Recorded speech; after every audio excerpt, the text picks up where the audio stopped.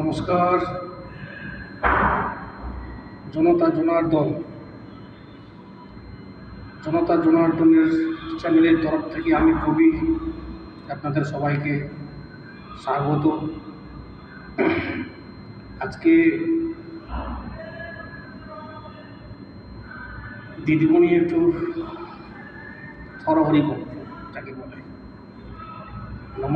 নবান্নের ভিতটা একটু কেঁপে গেছে আজকে, বুঝতে পেরেছেন তো? এতদিন আমরা ভেবেছিলাম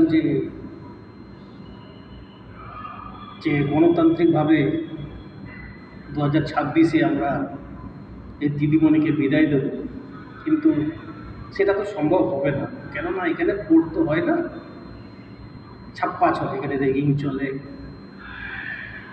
ভোটের নিরিখে এখানে মানুষকে মার্ডার করা হয়, ঘর ছাড়া করা হয়।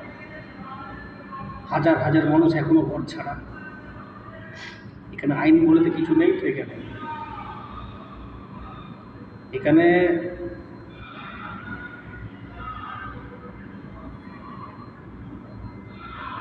শাসকের আইন চলে, আইনের শাসন চলে না, শাসকের আইন চলে। সেটা আমার কথা আপনার কথা নয়। এটা তো NHRC এই 2021-এ পোস্ট ভায়োলেন্সের পরে এটা ভুলে গেছে। NHRC national human right commission. তা আজকে তো দিদিমণির ভিতটা তোমার মতো একটু কেটে গেছে। এবারে বিদায়ের পালা আসন্ন। আজকে তো আপনারা জানেন যে সুপ্রিম কোর্ট থেকে বলেছে 25% আপাতত দিয়ে দিতে হবে 4 সপ্তাহের মধ্যে। পরবর্তী শুনানি মনে হয় জুলাইতে আছে। 4 সপ্তাহের মধ্যে 25% দিয়ে দিতে হবে। 25% দিয়ে দিতেই হবে, নাহলে কন্টেম্প্ট অফ কোর্ট হবে। নাহলে কী হবে?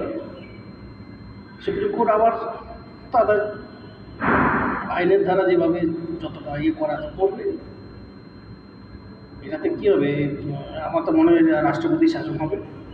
কেন সরকার খালি টাকা দিতে হবে, নাহলে গদি ছাড়লে চলবে, রাষ্ট্রপতি শাসন করতেই হবে। আর রাষ্ট্রপতি শাসন করলে আমরা বেঁচে যাবো, মানে হিন্দুরা বেঁচে যাবো। কারণ আমি এতদিন ধরে তো সোশ্যাল মিডিয়ায় সব শুনতাম, অনেকের অনেক কথা শুনতাম, এবং এই সোশ্যাল মিডিয়া আছে বলে আমরা আমাদের মতো এই কিছু মানুষ, মানে সাধারণ মানুষ যারা, তারা কিছু শিখেছে, কিছু